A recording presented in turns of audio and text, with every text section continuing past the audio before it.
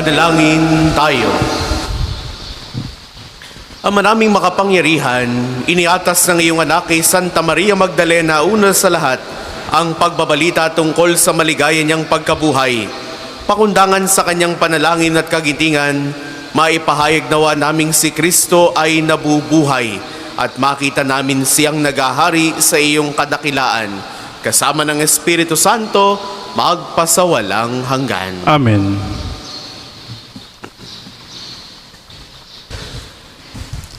Pagbasa mula sa awit ni Solomon. Gabi-gabi sa higaan, ang mahal ko'y hinahanap, ngunit hindi masumpungan kahit na sa pangarap. Akong ito'y bumabangon, sa lungsod ay naglalakad. Ang lansangan sa paligid ay aking ginagalugad. Ngunit hindi matagpuan ang sinta kong nililiyag. Sa akin niyang paglalakad, nakita ko'y mga bantay, nagmamanman, naglilibot sa paligid sa lansangan. Sa kanila ang tanong ko, mahal ko ba ay nasaan? Nang kami ay maghiwalay ng nasabing mga tanod, bigla na lang nang nakita ang mahal kong iniirog. Ang salita ng Diyos. Salamat sa Diyos. Ang tugon po sa Salmo. Aking kinasasabikan, Panginoon, ikaw lamang. Aking kinasasabikan, Panginoon, ikaw lamang. O Diyos, ikaw ang aking Diyos na lagi kong hinahanap. Ang uhaw kong kaluluway, tanging ikaw, yaong hangad. Para akong tuyong lupa na tubig ang siyang lunas. Aking kinasasabikan, Panginoon, ikaw lamang. Bayaan mong sa santuaryo, sa lugar na dakong banal. Ikaw rooy mamasdan ko sa likas mong karangalan. Ang wagas na pag-ibig mo'y mahigit pa kaysa buhay. Kaya ako'y magpupurit, ikaw ang pag-uukulan. Aking kinasasabikan, Panginoon, ikaw lamang.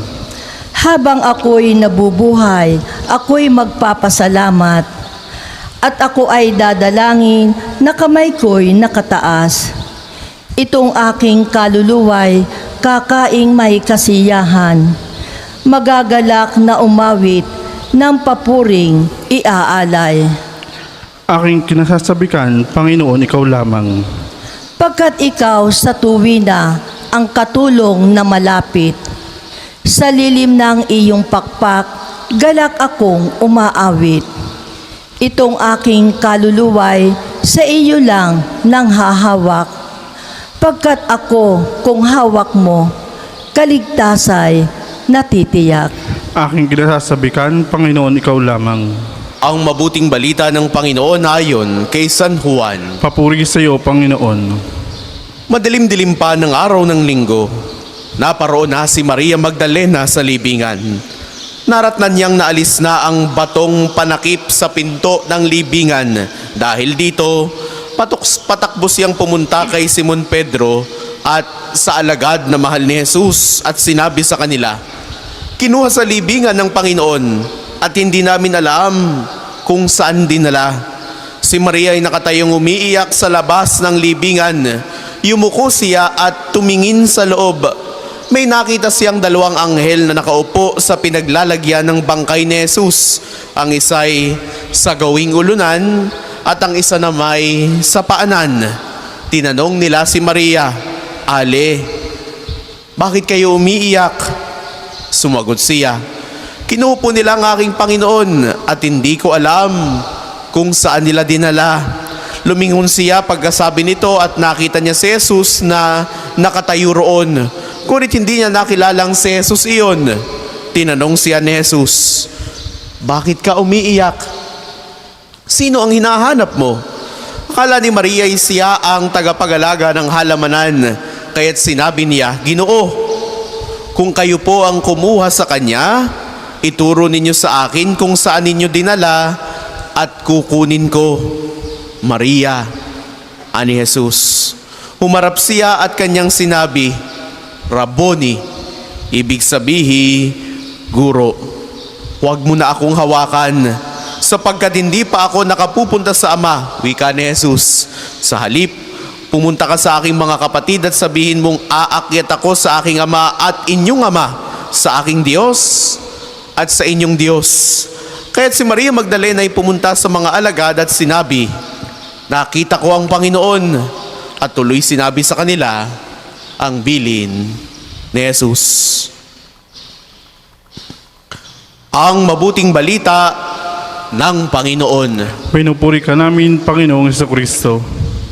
Sa inyo pong lahat na naririto, bagamat maulan at nakikibahagi sa ating banal na pagdiriwang, sa mga sumasama po sa atin sa pamamagitan ng ating Facebook Live, sa inyo po mga Pilgrims of Hope, muli magandang umaga sa inyong lahat.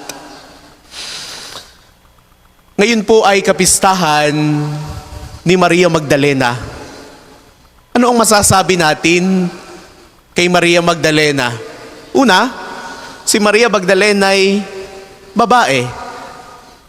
Maaaring para sa iba, ano naman kung siya'y babae.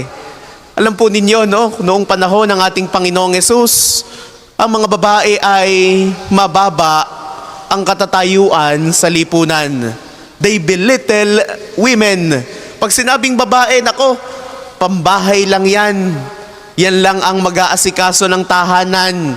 Yan ang gagawa ng mga gawaing pambahay. Maglilinis, magluluto, maglalaba. But then again, today, as we celebrate the feast of Mary Magdalene, Jesus raised the status of women. Bakit po natin nasasabi ito? Si Maria Magdalena ay naroon sa libingan ng ating Panginoong Hesus at isa si Maria Magdalena sa mga unang saksi ng muling pagkabuhay ng ating Panginoong Hesus. Ipinamalita niya ang muling pagkabuhay ni Jesus. Binigyan niya ng magandang tayo ang babae. Jesus restored dignity to a woman by making her as the first witness of the resurrection. Mga minamahal kong kapatid, ano ang sinasabi nito sa atin? Para kay Jesus, hindi mahalaga kung ano ang nating nakaraan. Si Maria Magdalena ay kilala sa pagsabi ng 7 masasamang espiritu sa kanyang katawan. 7 demons. Biruin ninyo, yun ngang isa na sinasapian, di kay parang hindi na magkaintindihan. Yung pa kayang 7, for Jesus, the past of Mary Magdalene was not important dahil nakita ni Jesus yung pagbabago kay Maria Magdalena. Kaya nga hinayaan niyang sige, siya na ang unang maging saksi ng muling pagkabuhay ni Jesus. Kaya muli, ipinapaalala sa atin na ang ating mga nakaraan, kahit gaano pa ito kapait, kahit gaano pa ito kasalimuot, kapag itinuon natin ang ating sarili kay Jesus, ito ang kanyang pahahalagahan. Kaya nga, kita ninyo, 2 punto, si Maria ay tinatawag ding apostol sa mga apostol. The apostle to the apostles. Siya'y tagapaglingkod. Bakit natin nasabi ito?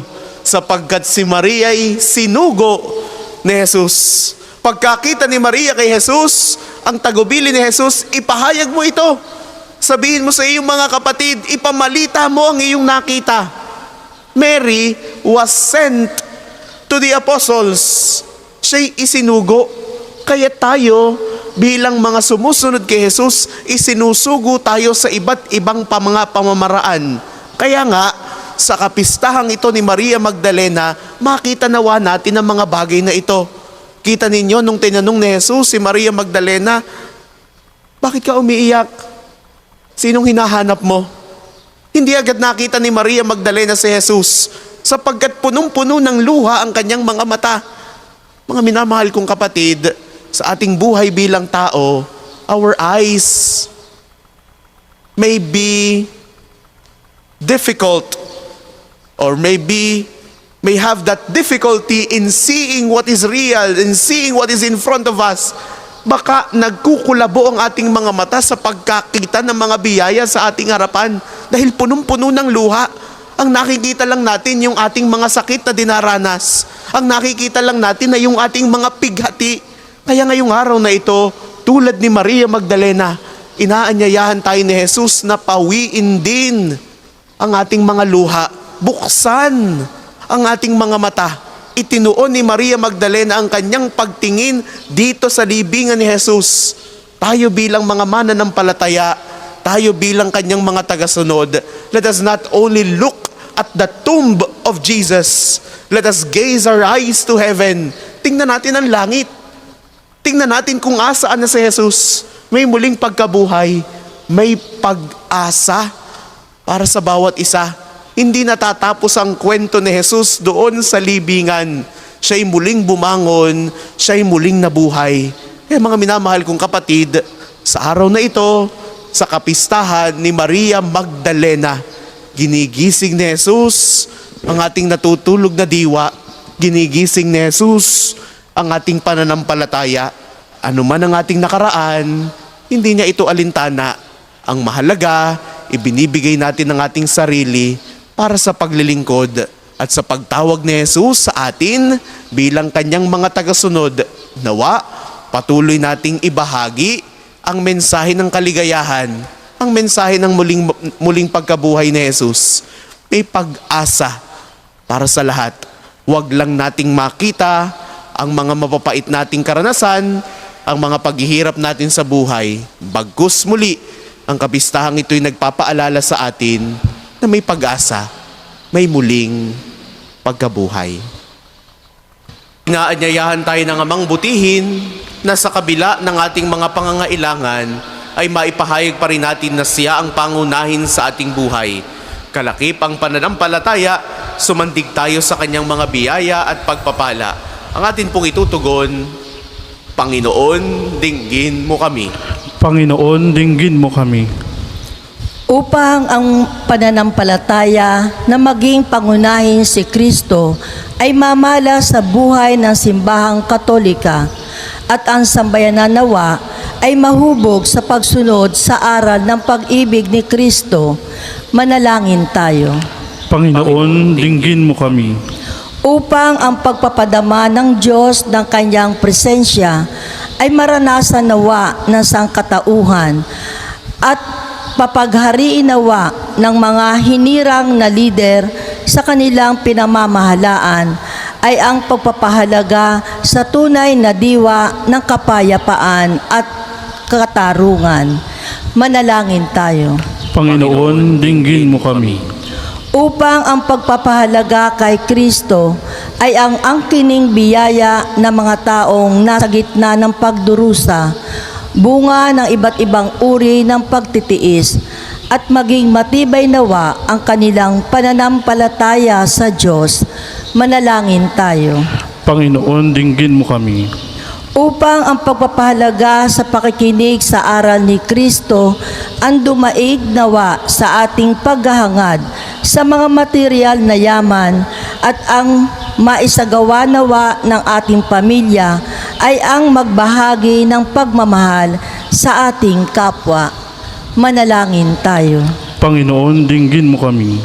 Para sa mga kapatid nating nawawala at pinaniniwala ang pumanaw na, partikular ang mga sabungero, nawa ay pagkalooban sila ng Panginoon ng kapatawaran sa kanilang mga kasalanan at nang walang hanggang kapahingahan sa kanyang kaharian. Nawa ay makamtam nila at ng kanilang mga naulilang pamilya ang kapayapaan ng kalooban sa kanilang mga naulilang sa pamagitan ng pagkakamit ng hustisya at kapatawaran. Manalangin tayo. Panginoon, dinggin mo kami. Amang makapangyarihan, maging kaluguran mo nawa ang pagpapahayag naming ikaw ang pangunahin sa aming buhay. Iba yung pagpapala nawa ang ipagkaloob mo sa sambayanang sa iyo lamang umaasa. Sa pamamagitan ni Hesus Kristo ang aming Panginoon, magpasawalang hanggan. Amen. Manalangin kayo mga kapatid upang ang paghahain natin ay kalugdan ng Diyos amang makapangyarihan. Tanggapin nawa ng Panginoon itong paghain sa iyong mga kamay sa kapurihan niya at karangalan sa ating kapakinabangan at sa buong sambayan niyang banal. Ama naming lumikha, tanggapin mo ang aming mga alay na nakahanda. Ngayong si Santa Maria Magdalena ay aming ginugunita. Yamang ang kanyang inihaing pagmamahal ay malugod na tinanggap ng iyong anak, kasama ng Espiritu Santo magpasawalang hanggan. Amen. Sumainyo ang Panginoon. At sumayin niyo rin. Itaas sa Diyos ang inyong puso at diwa. Tinaas namin sa Panginoon. Pasalamatan natin ang Panginoong ating Diyos. Marapat na siya ipasalamatan.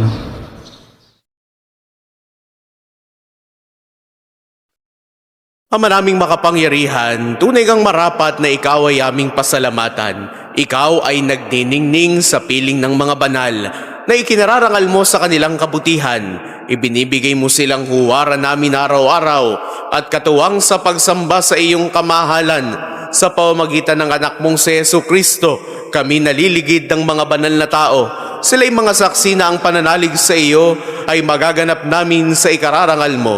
Kaya, kaisa ng mga anghel na nagsisiawit ng papuri sa iyo nang walang humpay sa kalangitan, kami nagbubunyi sa iyong kadakilaan.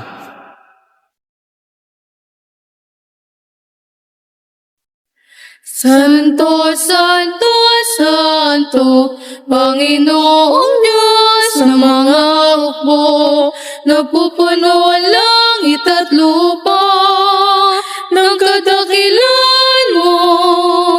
Hosana, sana sa kaitaasan, pinagpala na paririto sa ngalan ng Panginoon. Hosana, sana sa kaitaasan. Kung hindi po kayang lumuhod, ay manatili pong nakatayo na may paggalang. Ama naming banal, ikaw ang bukal ng tanang kabanalan. Kaya't sa pamamagitan ng iyong Espiritu, gawin mong banal ang mga kaloob na ito upang para sa aming maging katawan at dugo ng aming Panginoong Jesucristo. Bago niya pinagtiis ang kusang loob na maging handog, hinawakan niya ang tinapay, pinasalamatan kaniya, pinagati-hati niya iyon, iniabot sa kanyang mga alagad at sinabi, "Tanggapin ninyong lahat ito at kanin. Ito ang aking katawan na ihahandog para sa inyo."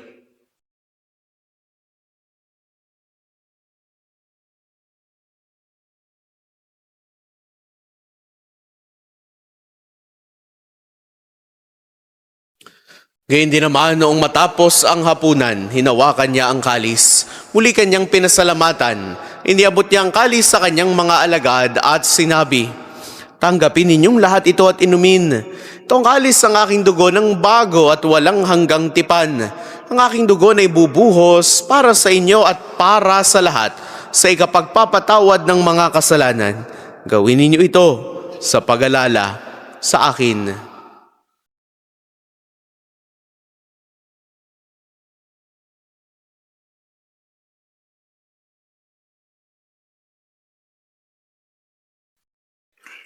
Ipagbunyiin natin ang misteryo ng pananampalataya. Si Kristo'y namatay, si Kristo'y nabuhay, si Kristo'y babalik sa wakas ng panahon.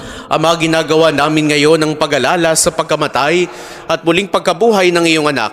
Kaya tiniaalay namin sa iyo ang tinapay na nagbibigay buhay at ang kalis na nagkakaloob ng kaligtasan. Kami nagpapasalamat dahil kami iyong minarapat na tumayo sa harap mo para maglingkod sa iyo. Sinasamo namin kaming magsasalo-salo sa katawan at dugo ni Kristo ay mabuklod sa pagkakaisa sa pamamagitan ng Espiritu Santo. Ama, lingapin mo ang iyong simbahang laganap sa buong daigdig.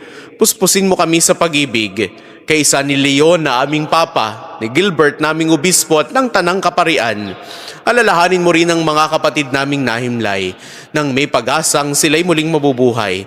Gayon din ang lahat ng mga pumanaw. Kaawaan mo sila at patuloyin sa iyong kaliwanagan.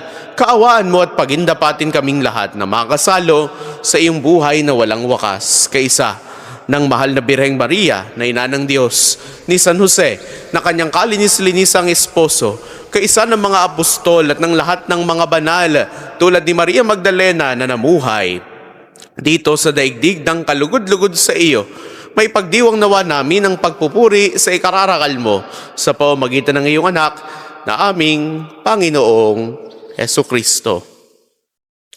Sa pamamagitan ni Kristo, kasama niya at sa Kanya ang lahat ng parangal at papuri ay sa iyo, Diyos amang makapangyarihan, kasama ng Espiritu Santo magpasawalang hanggan. Amen, amen, amen.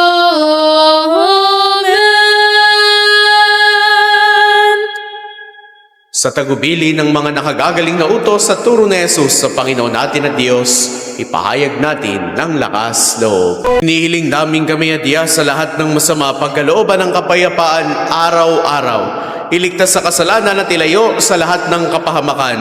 Samantalang aming pinananabikan ang dakilang araw ng pagpapahayag ng tagapagligtas naming si Hesukristo. Sapagkat iyong ang kaharian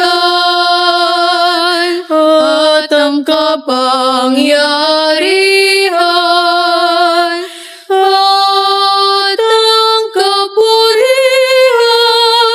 magpakailanman. Amen. Panginoong Hesukristo, sinabi mo sa iyong mga apostol, kapayapaan ang iniiwan ko sa inyo, ang aking kapayapaan ang ibinibigay ko sa inyo. Tungayan mo ang aming pananampalataya at huwag ang aming mga pagkakasala. Pagkalooban mo kami ng kapayapaan at pagkakaisa ayon sa iyong kalooban, kasama ng Espiritu Santo, magpasawalang hanggan. Amen. Ang kapayapaan ng Panginoon ay laging sumainyo. At sumainyo rin. Magbigayan kayo ng kapayapaan sa isa't isa. Peace be with you. Kordero ng Diyos na nag-aalis sa mga kasalanan sa sanlibutan, maawa ka sa amin. Kordero ng Diyos na nag-aalis sa mga kasalanan sa sanlibutan, maawa ka sa amin. Kordero ng Diyos na nag-aalis sa mga kasalanan sa sanlibutan, ipagkaloob mo sa amin ang kapayapaan. Kung hindi po kayang lumuhod, di manatili pong nakatayo na may paggalang.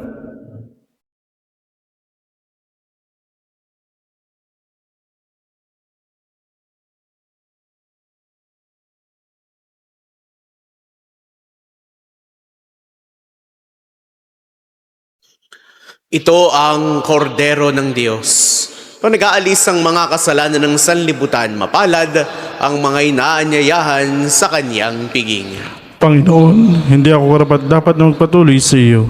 Ngunit sa isang salita mo lamang ay gagaling na ako.